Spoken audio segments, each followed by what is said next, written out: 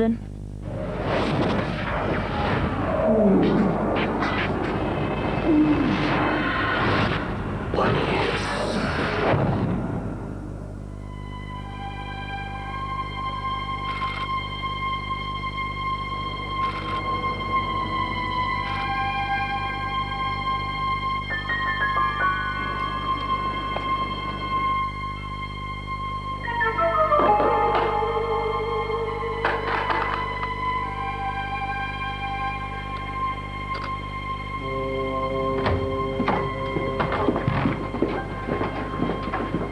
Get up, mate. Get up, sunshine. Come on, get up. Go away. Get up.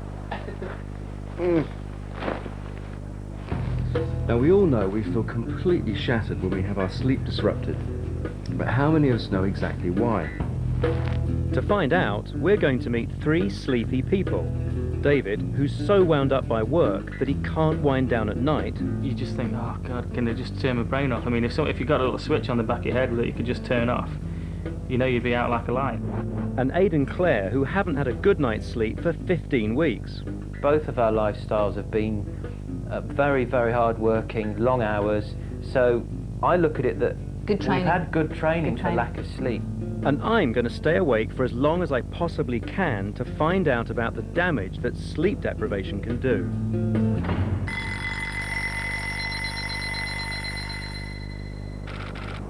Sleep deprivation is a dangerous business. In fact, not sleeping can kill you quicker than not eating. You can go without food for 12 weeks, but the longest anyone has ever stayed awake is just 11 days. Despite the rude awakening, I had a good night's sleep last night. To prove how alert I am, I'm going to embark on a little target practice. Soldiers often go for days without enough sleep. This fort is used to teach them to distinguish between friend and foe in a split second. That's no easy task when you're tired, but I'm not yet. Hidden somewhere in here are 10 moving targets. Some are armed terrorists, others are unarmed civilians. I'll have a fraction of a second to decide whether or not I should fire.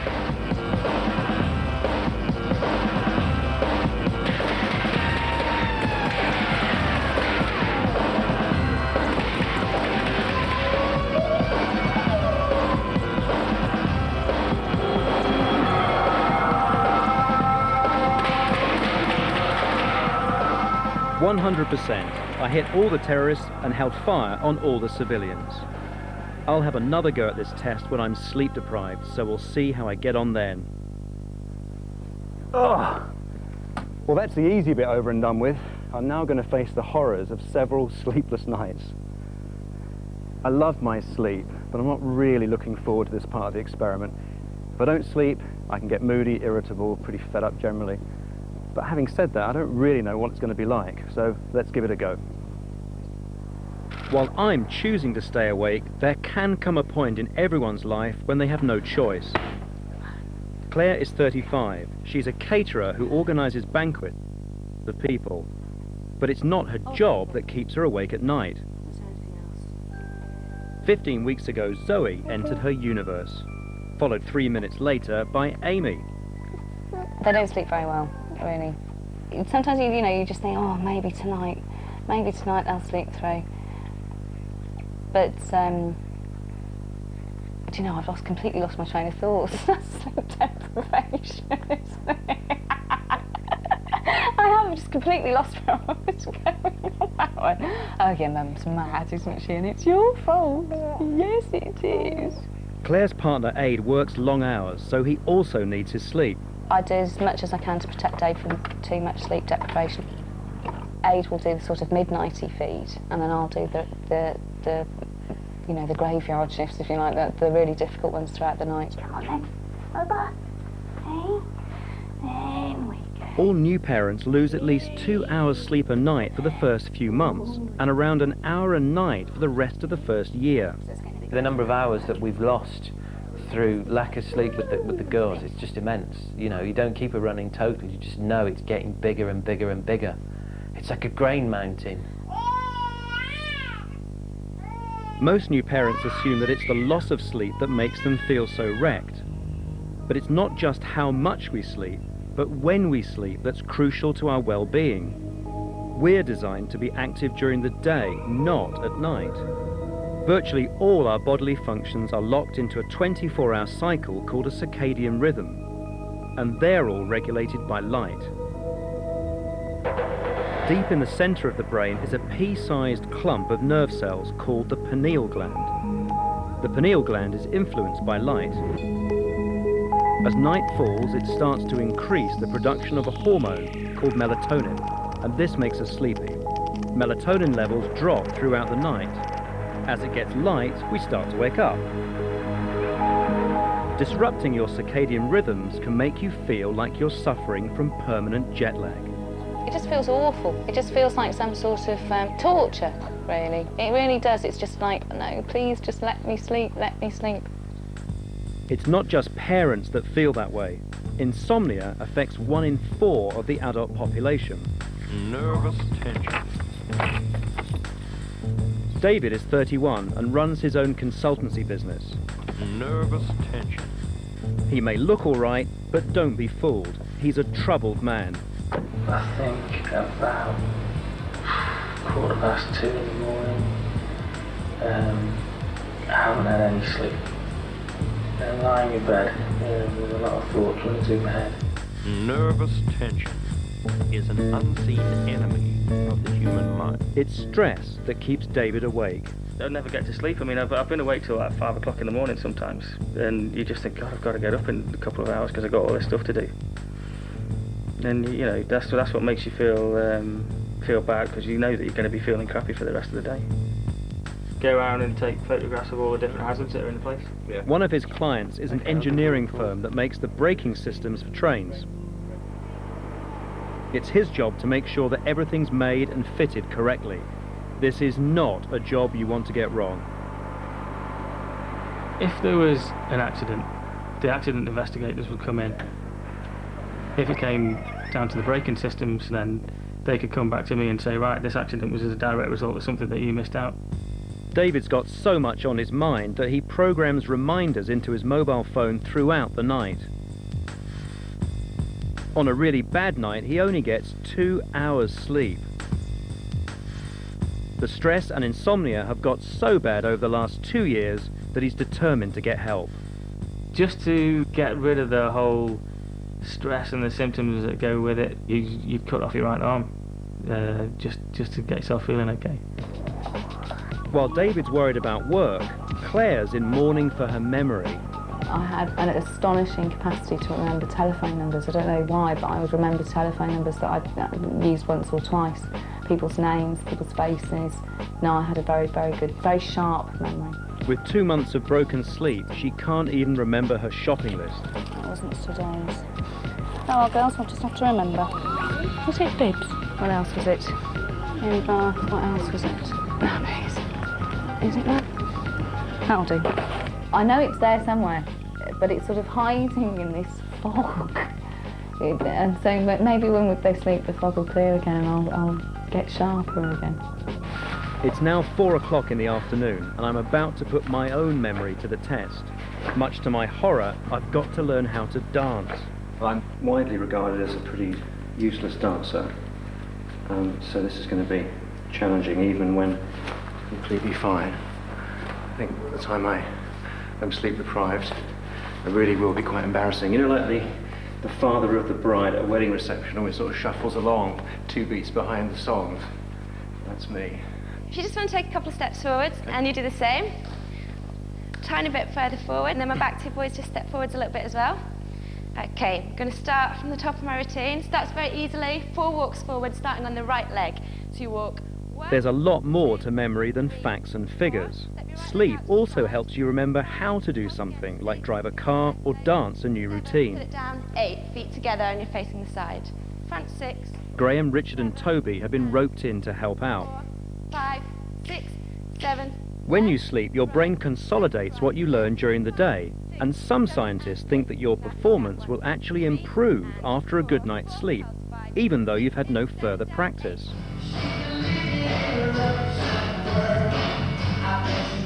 I'm bad, but the guys aren't much better.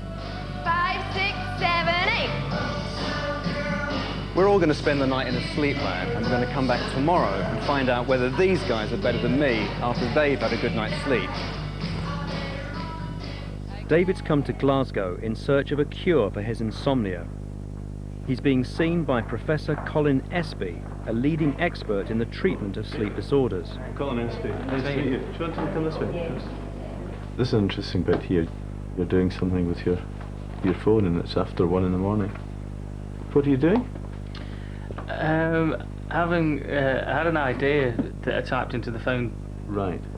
I'm going to give you a fancy label.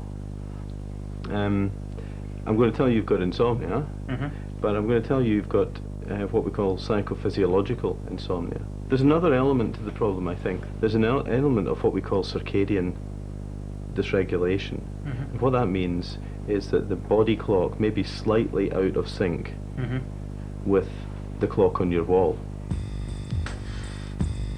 Although David goes to bed at 11, he never gets to sleep before 1. Professor Espie has a treatment in mind, but it involves spending less time in bed, not more. I would suggest that initially you go to bed a couple of hours later. Okay. So that you're actually going to bed around the time that you probably begin to fall asleep. Yeah. But that you get up at the same time, you don't get up later. This treatment is called sleep restriction.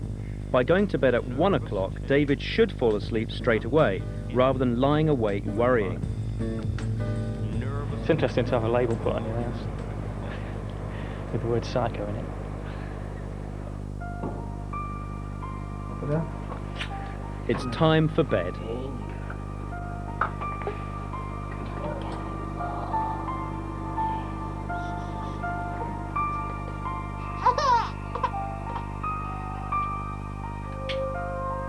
David is following Professor Espie's advice and going to bed 2 hours later than normal.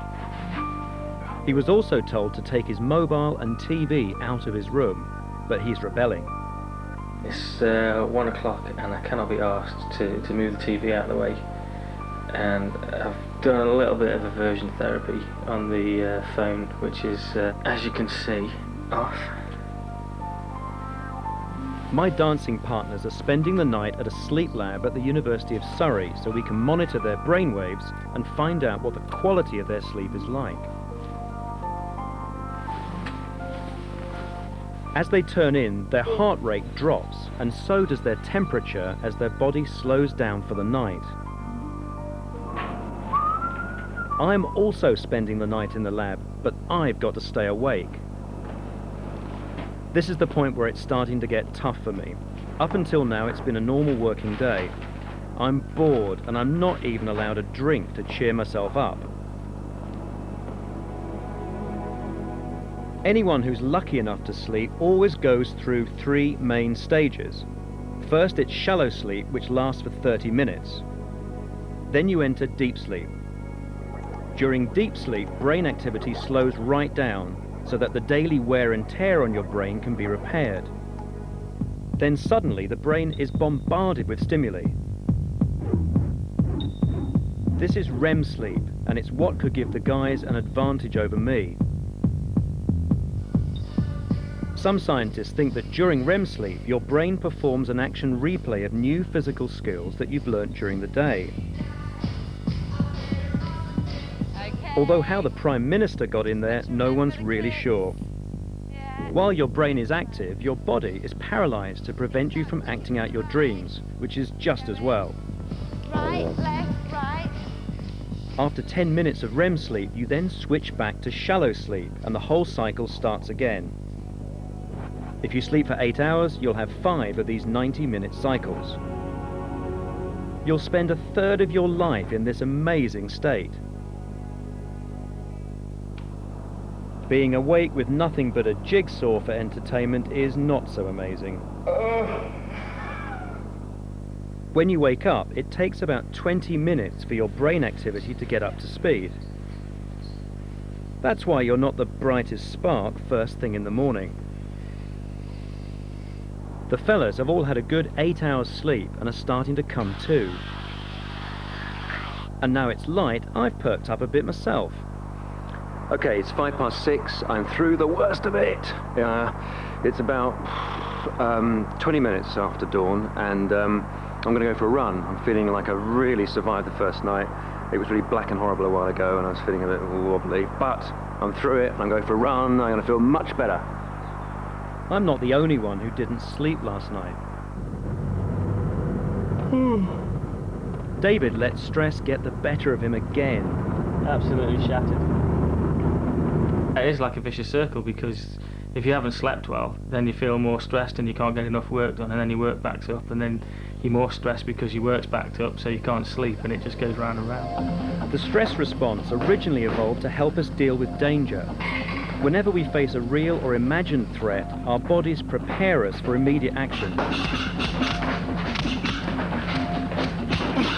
It all kicks off in the adrenal glands, which sit just above the kidneys. The core of the adrenals start pumping out adrenaline, while the outside pumps a second stress hormone called cortisol. Adrenaline flows into the bloodstream and starts to work its way around the body. It increases the heart rate and blood pressure. Cortisol releases glucose from the liver so it can be used to power the muscles and the brain. In short bursts, this fight or flight response can have positive benefits. But the problem for David is that his fight or flight response is switched on all the time. Just getting stuck in traffic can send his body into overdrive. He may look calm, but his body is responding as if he's being physically attacked. It's like someone's hit me in the middle of the chest with a sledgehammer and knocked all the air out of the system, all the wind out of the sails. I feel very shaky, like I've got a really low blood sugar. The fact is, a good night's sleep would really help.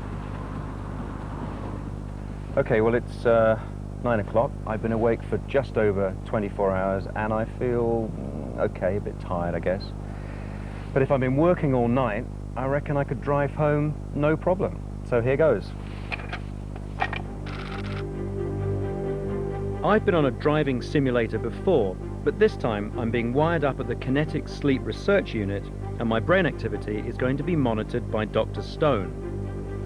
Well, he's awake at the moment, and there's a lot of muscle activity because he's moving around, but we can see alpha activity in the 4 EEG channels, and we can see lots of eye movements in the eye movement channel, and then the muscle underneath his chin is very active as well. It's calmed down a little now, but before it was moving around a lot when he was talking. In an urban environment, there's normally enough going on to keep you awake. The trouble really starts when you hit the monotonous motorway. After a night without sleep, your brain will be less active.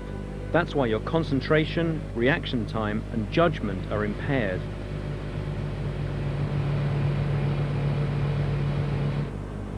Yeah, see the eye movements, he's not got the eye movements, so I don't know whether he's dropping off. Falling asleep at the wheel accounts for 1 in 5 of all the accidents on the motorways. He had a micro sleep a few seconds ago.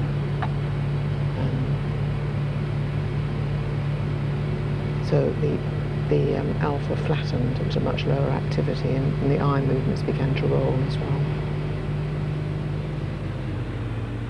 Micro-sleeps can last for just a fraction of a second, but that's enough time for you to drive into another car or off the road. It's not my fault. You can see there's no eye movements here at all, and big alpha, which you get when your eyes are closed. And then he's beginning to fall asleep here, and this is when he crashed the car. He's really sleepy, that he's gone so quickly. I'm obviously far more tired than I realise. Hello, mate. Rock and roll. A couple of weeks later, life's not getting any better for Claire and Aid either. Claire and I, we work very well together, but when we start getting tired, we get scratchy, beyond belief. I'm tired, and he comes home, and it's like, yeah, thank God, some help. And then he picks up the keys to the garage, and then goes again. That's when I get really cross, because I know he's around, but he's not helping me. But I'm desperate to get back and get paperwork finished.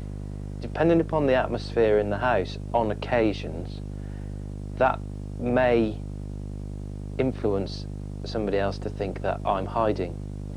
They're not the only ones in a bad mood. It's 5:40 and I've been awake 34 hours or something, and I feel pretty shit really, frankly, and the last thing I want to do is any dancing, but you know, for the kids, eh?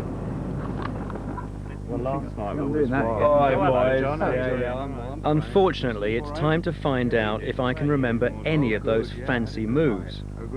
Oh, I've gone beyond being really tired, where I'm now like really tired, but well, I have to get this finished, then I can go and, you know, have a rest or something. I don't know.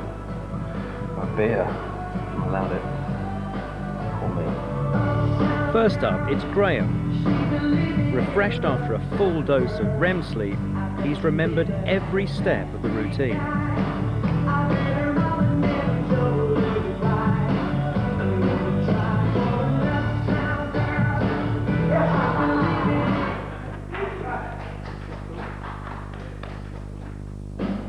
I'm well hacked off doing this. It's supposed to be a science program, turned into a comedy number. I'm supposed to be a professional. Next, it's Richard.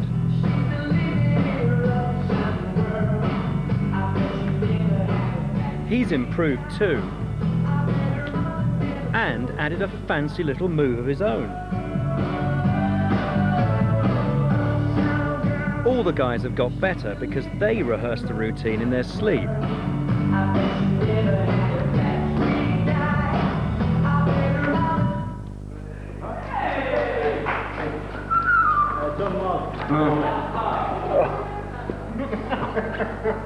Wake up.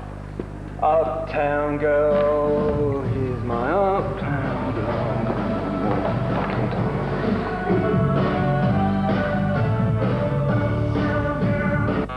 girl. Oops, 3 steps instead of 4. Didn't pulse left before I lifted my leg. Without any REM sleep, I'm just as bad as I was yesterday. As well as trashing your memory, sleep deprivation plays havoc with your health. Walk here. And if you want to place your back against the... David's so worried that he's having a full medical checkup. Just look straight ahead for me. Just like this for a minute. Lack of sleep and stress both increase the level of stress hormones in your blood, and that's not good news. High levels of the hormone cortisol are particularly harmful because cortisol can muck up your immune system, which makes you more susceptible to infection and disease. It also increases the appetite and makes you crave carbohydrates. But David is most worried about his heart, and not without good reason.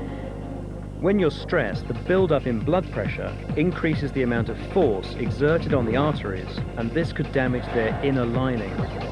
The extra glucose and fatty acids that are mobilized to power your fight or flight response begin to accumulate at the damaged site. Over time, they can build up, clogging the arteries and starving the heart of oxygen. This could lead to a heart attack. Relaxing again. Okay, so if you bring your arm out again. David has every reason to be concerned. I'm not feeling that great either. I haven't slept now for 41 hours. We've got an early start tomorrow, so we've checked into a hotel. The crew was supposed to take me out on the town, but I'm so tired, I just can't be bothered. I just really love to do this and keep my eyes closed for a long time. And I know, just sleep. So it's really, you know, it's the old matchstick job. Well, I could sleep forever, but it's of her I dream. If I could sleep forever. Ooh, I think I was drifting there. I think I was. God. You know, it just really sneaks up. 1 minute, you can be really focused on something. The next minute, bang, you're off.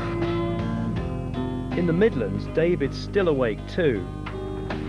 It was 3 weeks before he took his TV and mobile out of the bedroom. He's still going to bed at 1 a.m, but now he's winding down first with the help of Professor Espy.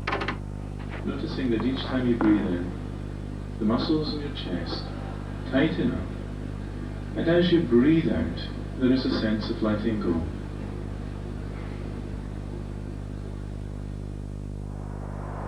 It's 3 a.m. and I'm nowhere to be seen. Call me pathetic, but this is one competition I don't need to win. After 44 hours, my head hurts, my voice is hoarse, my body aches, I feel so bad I can't go on. You don't want to do anything else? No, I'll quit. Bugger off. I've got to have some sleep.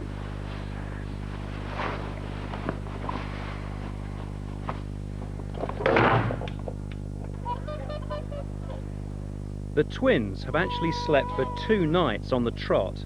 Claire's feeling better, but Aid's not so sure. Doesn't the fact that they've slept through give you a bit of hope? Because it does me. Bit, yeah.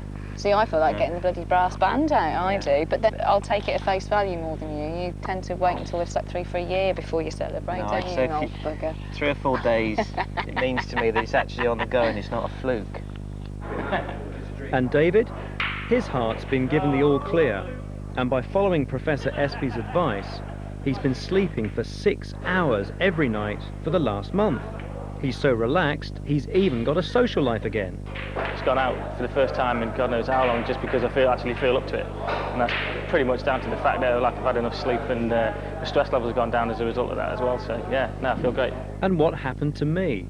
Although I crashed out on the second night, I only got 1 hour's sleep. I had to get up early to have another go at the firing range. At this stage in the proceedings, my brain had practically shut down. But was I still able to save those civilians? No.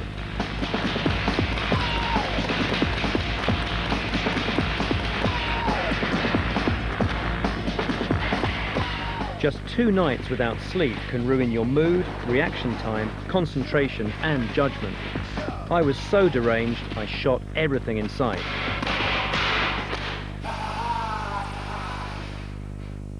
Sleep is crucial for our well-being.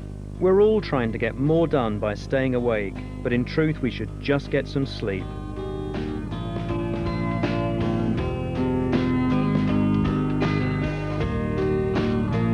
If I could sleep forever.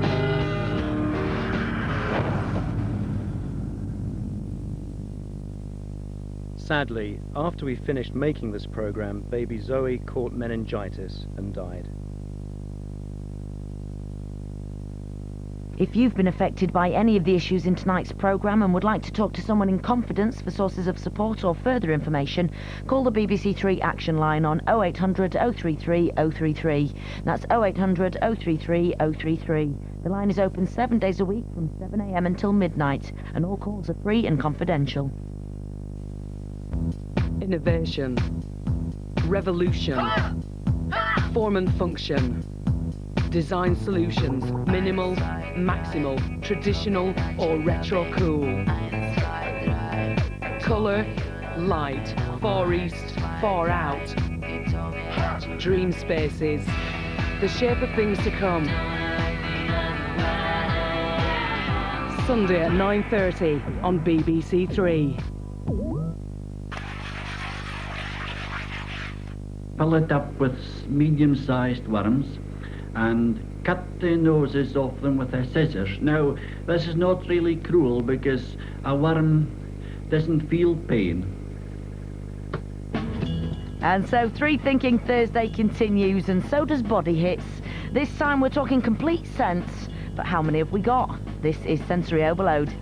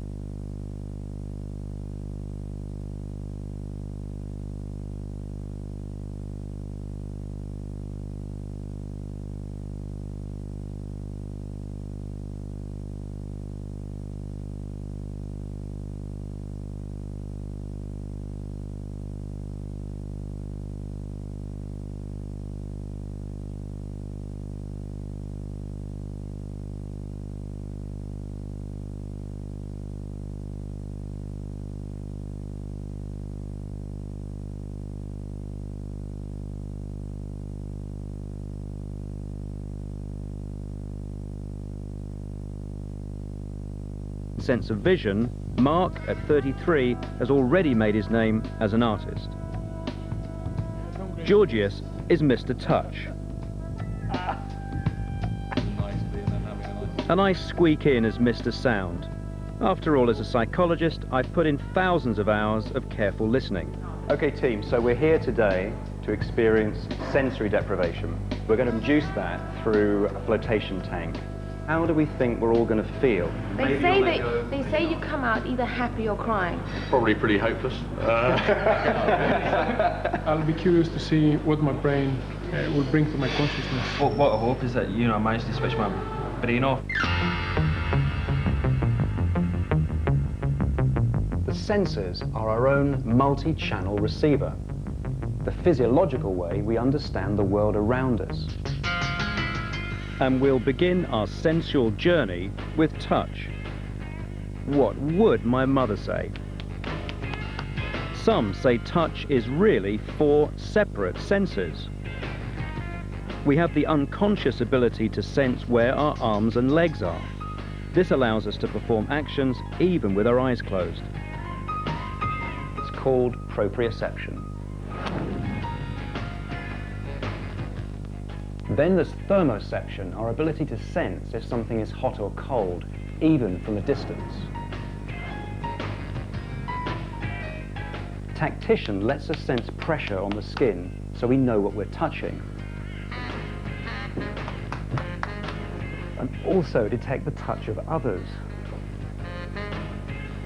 And finally, there's nociception, the perception of pain. And all 4 of these senses come together in what we call the sense of touch.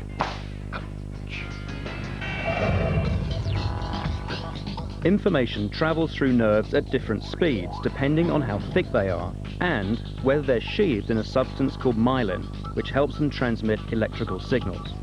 The thickest and fastest carry information about proprioception, the unconscious sense that stops us falling over.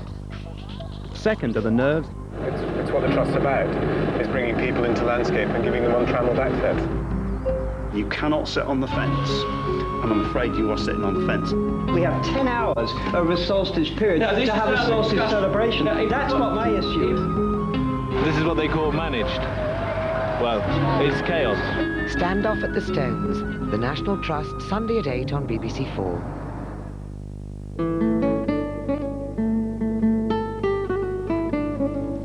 There are scenes you may find very disturbing now on the BBC4 zone. Rosie Millard profiles a woman not short of celebrity contacts, all whom would rather go naked than wear fur.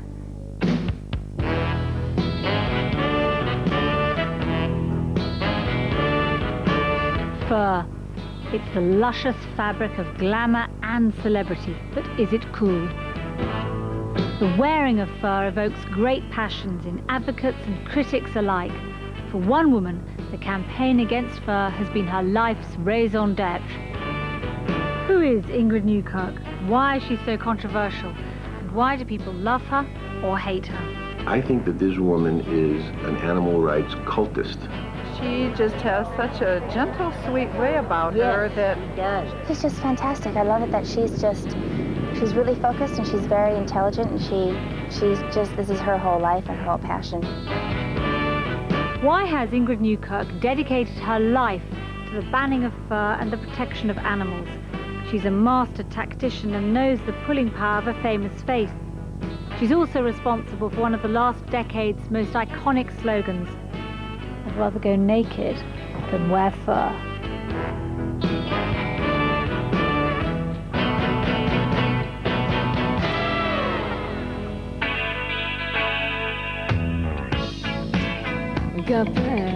Ingrid Newkirk and star Chrissie Hynde are outside KFC in Paris. Ingrid is the president and co-founder of People for the Ethical Treatment of Animals, or PETA. The KFC protest is about the treatment of chickens it uses in its restaurant. Ingrid is here because the campaign is her brainchild. Chrissie is here to be noticed. I'm hoping that because I'm a rock star that I can, some music magazines or someone will follow it up because I'm there. Ingrid and Chrissy want to grab attention, but most of all, they want to get arrested. Ingrid's already been arrested over 40 times, but shots of Chrissy Hind being arrested will make the papers all around the world. Once the protesters started blocking the boulevard and causing traffic chaos, the police moved in. In the end, Chrissy, Ingrid and even the chicken were taken away to the police station.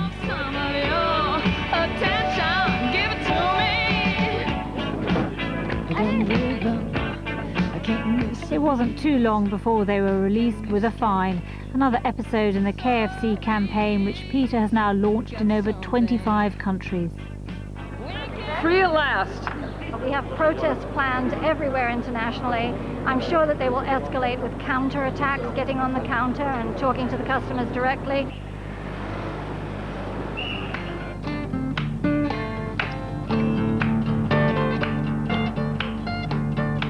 I'm going to meet Ingrid at the PETA headquarters in Norfolk, Virginia.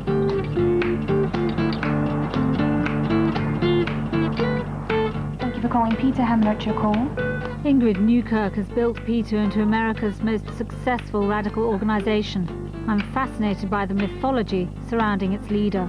With office-bound cats, some cropped for ease of grooming, and giant stuffed mascots, the PETA office is idiosyncratic. But its 180 staff are all clearly singing from the same song sheet. PETA encourages people not just to give up fur, but to turn vegan, or at least vegetarian, and has plenty of literature to help people do this. There's even a website called, naturally, goveg.com. Of course, you don't have to be quite so committed as one keen employee who's rechristened herself goveg.com. This is the PETA kitchen, this is the vegan vending machine, and this is goveg.com, the person. Hi. Why did you change your name?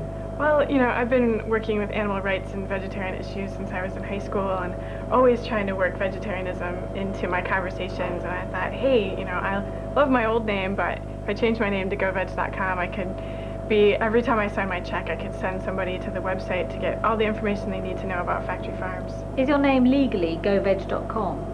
It is. It was actually super easy to get it done. I was afraid they would make me divide it into two names and switch it all around, but they just let me push it through the bureaucratic wheels.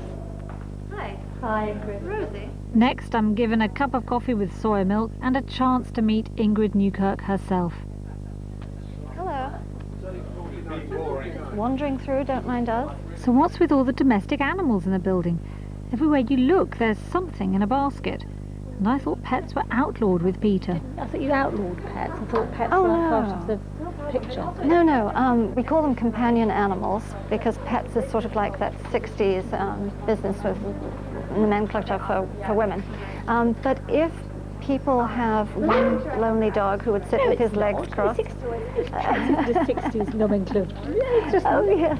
I mean, my children, yeah, if they want to have, they haven't got any pets, but they wouldn't say, can I have a companion animal? Oh, we do in this country now. Yes, it's very much the thing.